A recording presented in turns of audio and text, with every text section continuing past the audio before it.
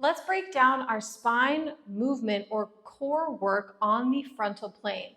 So a couple of weeks ago, I posted a video about spinal flexion and anti-spinal flexion. If we think about core work or crunches, this is our regular spinal work, rolling up into spinal flexion or resisting spine extension. Now, our spine and core work also move on the frontal plane. So the spine can bend laterally from side to side. So when we talk about core work, we are talking about the control that the musculature has over movement of the spine and resistance of movement of the spine. So today we are going to break down lateral flexion, lateral movement of the spine on the frontal plane, and anti-movement. Let's say I'm holding something really heavy on this side. This side of my body has got to resist that lateral flexion. So let's get started. First, let's figure out what is lateral flexion of the spine. So you can do this on the floor or seated on a bench or a chair. You don't want to be up too high, but something where you can place your feet flat on the floor. So you're going to sit towards the end, and feet are going to be about shoulder width apart or a little bit wider. And then I want you to really kind of shift around a little bit and feel your sits bones on the floor. So the sits bones are the bony parts that you sit on, right? So I want you to just make sure that we are sitting on those two sits bones, and you want to stay nice and tall in the spine. And then we're going to start to bend the spine to the side. So the first thing I want you to do is actually some lateral flexion or bending of the lumbar spine with the pelvis. So keep the left sits bone on the floor and lift the right sits bone up. So we're going to lift that right sits bone. You can put your hands on your hips to feel that. And I've already got lateral flexion of my lumbar spine and the pelvis. So I'm already moving that lower back in that frontal plane. And then you could take the rest of your body over. Now, as I'm doing this, I'm thinking about dropping my right ear towards the floor. Imagine you're in a very narrow hallway and you don't want anything rotating forward or back this way, okay? So now let's come back center and let's try that on the other side. The right sits bone is going to stay on the bench. The left sits bone is going to lift up. Keep that off the bench as you bring the rest of your body down to it. So I'm bringing this left hip and my right shoulder down towards each other, shortening this side of my body while lengthening the opposite side. Now let's come back center. So let's do that again. I'll show you from this angle. We're going to lift the right sits bone up and then bend to the side. Let the neck fall too. So you should also feel a stretch on that left side of the neck. So we want to stretch all the way from that left hip to the left side of the neck as that right side shortens. Come up center and then let's switch. Left sits bone is going to lift up. It's going to keep off of the bench as we bring the left ear towards the floor.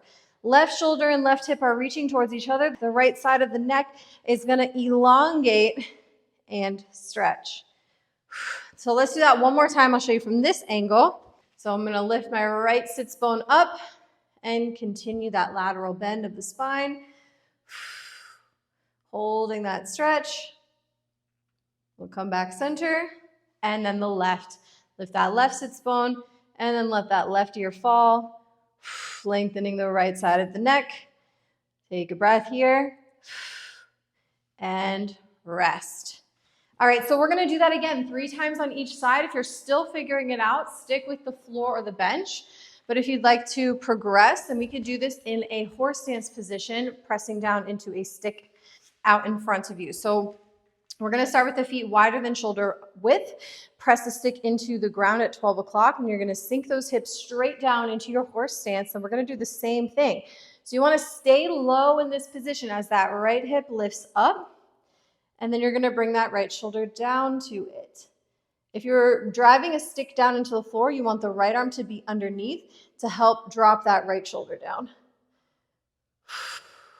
And come back. Now let's switch. Now the left arm's going to go underneath as the left hip lifts up. And again, it's like I'm in a narrow hallway, so I don't want to reach forward or back with that torso, just bending straight to the side. Let's do that 2 more times. So I lift the right hip up, stay low in that horse stance as you shift over, dropping that right shoulder and elbow, lengthening that left side of the neck. Come back center and then switch. Bump that left hip up as the left ear comes over. Hold that. Don't let that left hip drop as you lean the body over. If the hip starts dropping as the body leans over, then you've gone a little too far into that lateral flexion. Let's try that one more time on each side.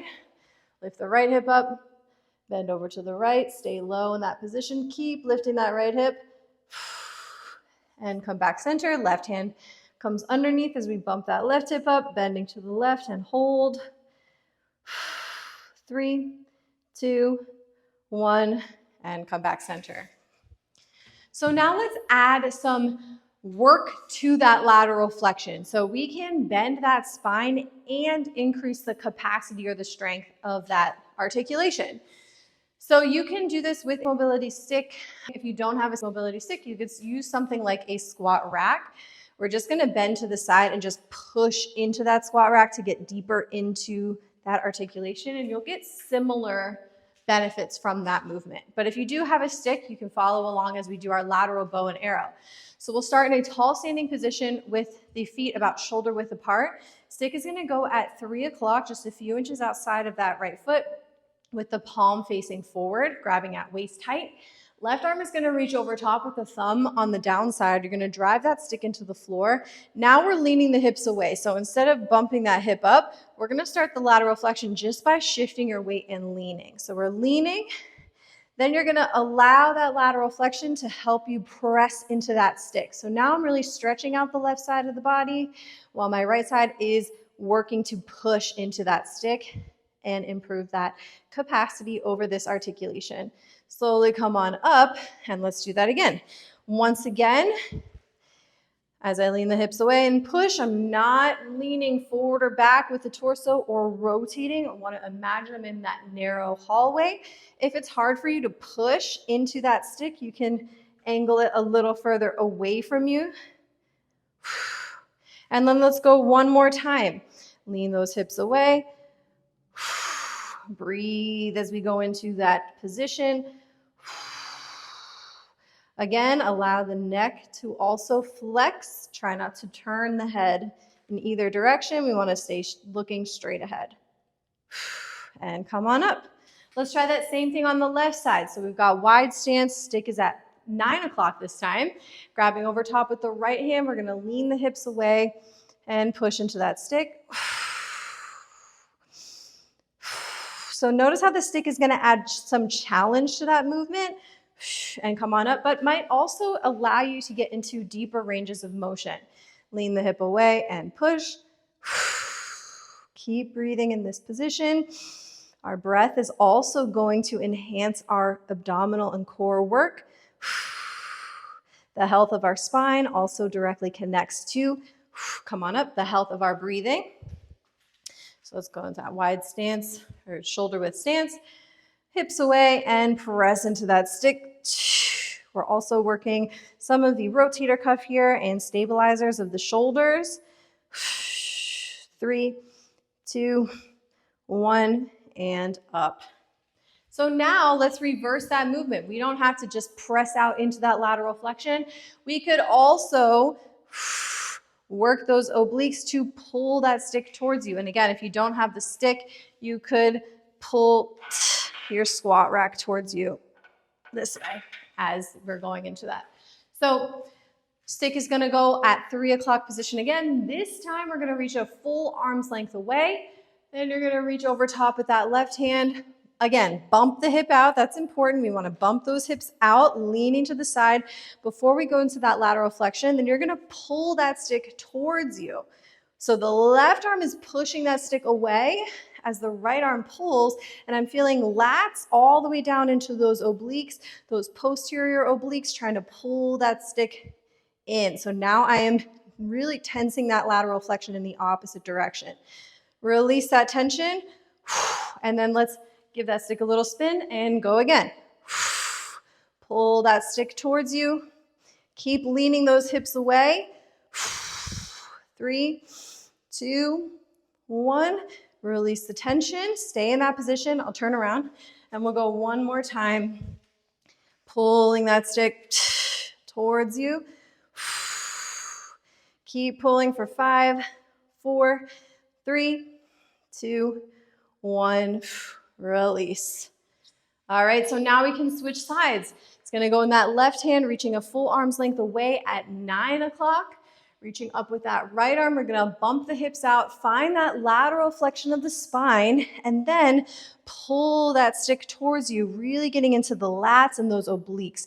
If you feel it more in the shoulders, then you might need to slide that hand down a little bit lower on the stick so we can get into the deeper parts of the lats and obliques there.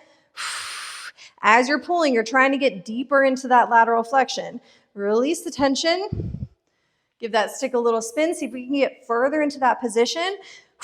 And let's pull again. As you pull, the right arm is pushing, and we're trying to get further into that lateral flexion, leaning the hips away, bending that head and shoulders over more. 3, 2, of course, keep breathing. And release. One more time. I'll show you from this angle. And pull. Right arm is pushing. The left elbow is driving towards that left hip as the right hip is reaching away. Keep trying to bend to the side. 3, 2, keep breathing. You got it. And release. All right. So those are just some quick examples of how we can find and then increase that capacity of that lateral flexion of the spine. But what about the other half of it, which is actually more commonly seen in the gym setting, which is anti-lateral flexion? The easiest example of this is a side plank. So we are going to resist flexing the spine laterally in our side plank position. So we'll start on hands and knees. Extend those legs up behind you into a plank. We're going to start with some slight protraction of those scapula. Reach those heels down to the right, and then you're going to open that left arm. So in this side plank position, the whole goal is to not let those hips drop this way or to lift up too high this way, right? We are trying to stabilize the spine and the body by resisting lateral flexion in either direction. So we're going to feel the right side of the body, the lats, the obliques, anterior and posterior, as well as the abdominals, just trying to support the spine as we hold this side plank position. We're going to keep holding here. You can, of course, do this on the forearm to regress, forearm and knee. We're going to get the same lateral flexion, anti-lateral flexion in this position, or all the way on the feet with that forearm. We're going to hold for another 5, 4, 3, 2, and 1. Go ahead and come down. So I definitely feel a really big burn on that right side obliques that was just trying to stabilize my body in that position. So now let's try that on the left side. Start on hands and knees, wrists right underneath the shoulders. We're going to go up to our full plank here first, which is anti-extension, right? The body is trying to flex into that. We're going to turn those heels to the left, open that top arm, and try to stabilize the body with that anti-lateral flexion here. Now, of course, there's endless ways of progressing this side plank, but before we get into anything fancy, can you just resist that lateral flexion of the body by keeping those hips up and without piking, right? Piking is a really big compensation in the side plank. So we don't want those hips to be behind us. Just like when we were doing this standing up with our bow and arrow, we want those hips to be in line with the shoulders. Hold for another 3, 2, 1, and rest. One really fun way we can progress this side plank is with a Copenhagen plank. We'll do this on the forearm. So you want the elbow to be right underneath the shoulder. We're just going to do one more side plank, isometrically holding. The top leg is going to be on a bench or a chair. Bottom leg is either bent if there's no space under there or extended right below that top leg. We're going to lift those hips up. Again, working for that anti-lateral flexion, but now we've also got some inner thigh work here And we're gonna try to lift that bottom leg, squeezing those legs together, holding for 5. I'm really feeling the work on that left side of the body. 2, 1, slowly come back down. And let's switch sides. Again, working on not piking in that position. So if I'm in a very narrow hallway this way, I don't want my butt to stick out this way and hit that wall behind me. Okay, we want to keep the heel, knee, hip, shoulder, and elbow all in one line. So go ahead and lift those hips. And then let's lift that bottom leg and squeeze. 5, think about extending the hips, squeezing those glutes. 3, 2, 1, bring that foot down. Release that tension. Now let's practice one more way of working that anti-lateral flexion, which is an offset carry. So we're gonna do this with just one weight today, but you can do this also with uneven weights. So I can have a heavier weight in my right arm, not so heavy in my left arm. We'll achieve the same effect. So you wanna grab something pretty heavy. So I'll grab a 28 kilo.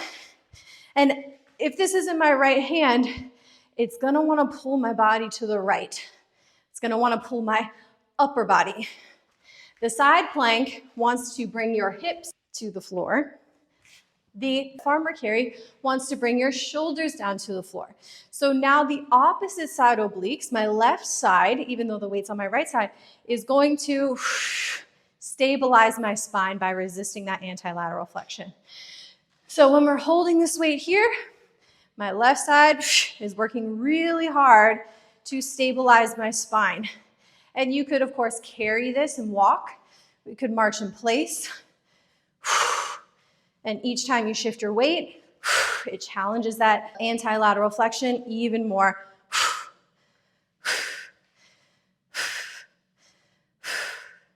This is a really great way of training the core as well as your grip. One more on each side. Definitely feeling that left side oblique stabilizing my spine. And we'll rest and switch those sides. I'll show you from the back this time. So we're gonna pick up that heavy weight. I'm resisting that lateral flexion. We wanna try not to lean away. Right side of my body is working to stabilize this position. You're gonna march for 10.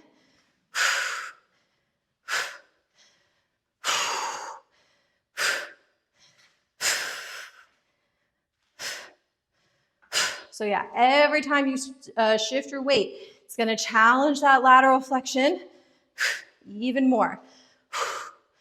Last 3.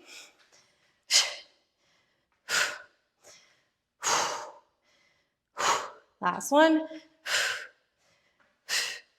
And rest. Nice job. So I hope you learned something about your core and abdominal and spine mobility training today. I hope you're really feeling that stretch and that capacity work we did with the obliques and the lats and the transverse abdominals, really just trying to support that spine. If you have any questions about any of these movements, drop them in the comments below. If you found this helpful, please share, like, and subscribe, and I'll see you next time.